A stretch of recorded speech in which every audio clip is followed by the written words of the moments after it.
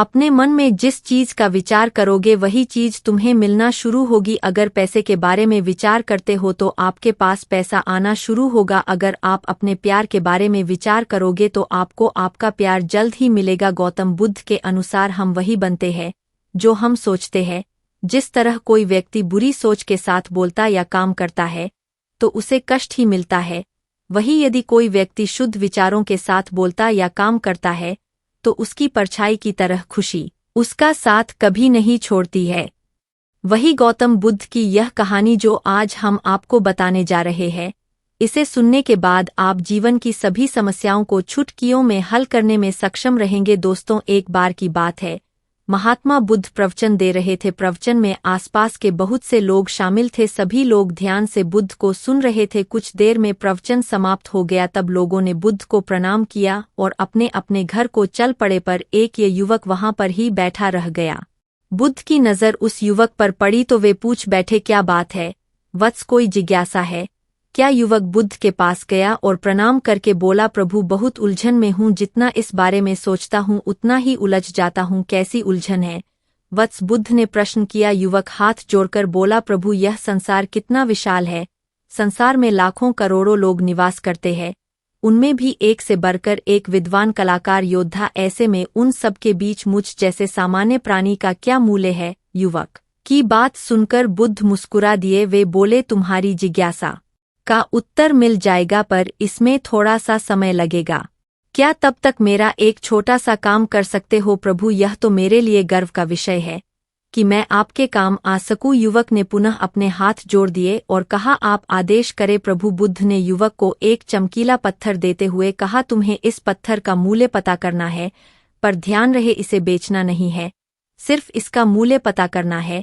जैसी आज्ञा प्रभु। ऐसा कहते हुए युवक ने बुद्ध से वह पत्थर ले लिया। उसने एक बार फिर से उन्हें प्रणाम किया और बाजार की ओर चल पड़ा। बाजार वहां से ज्यादा दूर नहीं था। युवक थोड़ी देर में वहां पहुंच गया। वह सुबह का समय था, इसलिए बाजार अभी ठीक से लगा नहीं था। वहां पर इक्का दुक्का दुकानदार ही थे। युवक ने जिज्ञासावश इधर-उधर नजर ई। उसे एक पेड़ के नीचे एक दुकानदार नजर आया, वह आम बेच रहा था। युवक उस दुकानदार के पास पहुंचा और उसे पत्थर दिखाते हुए बोला, क्या आप इस पत्थर की कीमत बता सकते हैं? दुकानदार एक चालाक व्यक्ति था। पत्थर की चमक देखकर वह समझ गया कि अवश्य ही यह कोई कीमती पत्थर है। वह बनावटी आवाज में बोला, देखने में तो कुछ खास नहीं लगता, पर मैं इसके बदले 10 आम दे सकता हूँ। दुकानदार की बात सुनकर युवक को हल्का सा क्रोध आ गया। वह मन ही मन बुदायर समझता है, इतना सुंदर पत्थर और इसका मूल्य सिर्फ 10 आम, अवश्य ही यह झूठ बोल रहा है।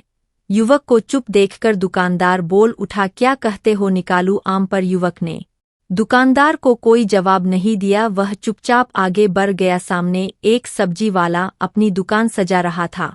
युवक उसके पास पहुंचा और उसे पत्थर दिखाते हुए उसका मूल्य पूछा। उस पत्थर को देखकर सब्जी वाले की आंखें खुशी से चमक उठी। वह मन ही मन सोचने लगा, यह पत्थर तो बहुत कीमती जान पड़ता है, अगर यह मुझे मिल जाए तो मजा ही आ जाए। क्या हुआ भाई, कहाँ खो गए? युवक ने दुकानदार की तंद्रा तोड़ी। सब्जी वाला चौंकता हुआ बोला, कुछ नहीं, मैं तो बस मन ही मन इसकी कीमत की गणना कर रहा था। वैसे मैं इस पत्थर के बदले 1 बोरी आलू दे सकता हूँ। सब्जी वाले के चेहरे की कुटिलता देखकर युवक समझ गया कि यह दुकानदार भी मुझे मूर्ख बना रहा है, मुझे किसी और से इसका मूल्य पता करना चाहिए। यह सोचता हुआ युवक आगे बढ़ गया। सब्जी वाले दुकानदार ने युवक को पीछे से आवाज लगाई, क्या हुआ भाई, अगर आपको यह मूल्य कम लग रहा है तो बताएं तो सही, मैं इसे बया दूंगा। पर युवक ने उसकी बात पर ध्यान नहीं दिया। वह अब इधर-उधर किसी ऐसे व्यक्ति को खोजने लगा जो जानकार हो और उस पत्थर की सही मूल्य बता सके।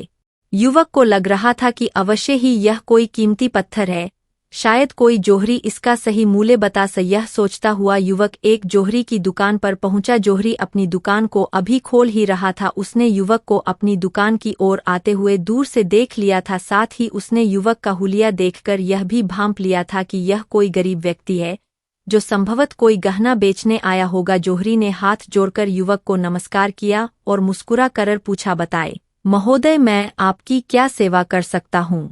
युवक ने बुद्ध का दिया पत्थर अपनी हथेली पर रख दिया और बोला, इसका मूल्य पता करना था। पत्थर को देखते ही जोहरी उसे पहचान गया कि यह बेशकीमती रूबी पत्थर है जो किस्मत वाले को मिलता है। वह बोला पत्थर मुझे दे दो और मुझसे 1,00,000 रुपए ले लो। कहते हुए जोहरी ने पत्थर लेने के लिए अपना दाहिना हाथ बढ़ाया, पर तब तक युवक ने पत्थर को अपनी मुट्ठी में बंद कर लिया था। उसे पत्थर के मूल्य का अंदाजा हो गया था, इसलिए वह बुद्ध के पास जाने के लिए मुड़ गया। जोहरी ने उसे पीछे से आवाज लगाई, अरे रुको तो भाई, मैं इसके 50 लाख दे सकता हूँ। लेकिन युवक को वह पत्थर बेचना तो था नहीं, इसलिए वह रुका नहीं और दुकान के बाहर आ गया। पर जोहरी भी कम चालाक नहीं था, वह उस अनमोल पत्थर को किसी भी कीमत पर अपने हाथ से जाने नहीं देना चाहता था। वह दौड़कर उसके आगे आ गया और हाथ जोड़कर बोला, तुम यह पत्थर मुझे दे दो, इसके बदले 1 करोड़ देने को तैयार हूँ। युवक को जोहरी की बातों में अब कोई रुचि नहीं रह गई थी, वह जल्द से जल्द बुद्ध के पास पहुंच जाना चाहता था।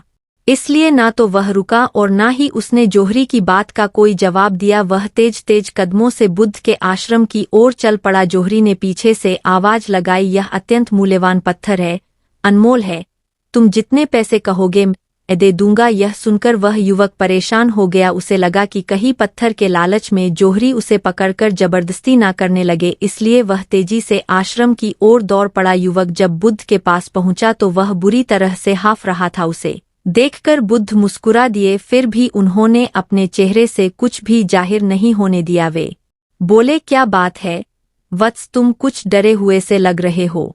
युवक ने बुद्ध को प्रणाम किया और सारी बात कह सुनाई, साथ ही उसने वह पत्थर भी उन्हें वापस कर दिया। बुद्ध बोले, आम वाले ने इसका मूल्य 10 आम बताया, आलू वाले ने 1 बोरी आलू और जहरी ने बताया कि यह अनमोल है। इस पत्थर के गुण जिसने जितने समझे उसने इसका मूल्य उसी हिसाब से लगाया। ऐसे ही यह जीवन है, प्रत्येक व्यक्ति खान से निकले हुए एक हीरे के समान है, जिसे अभी तराशा नहीं गया है। जैसे जैसे समय की धार व्यक्ति को तराश की जाती है, व्यक्ति की कीमत बढ़ती जाती है।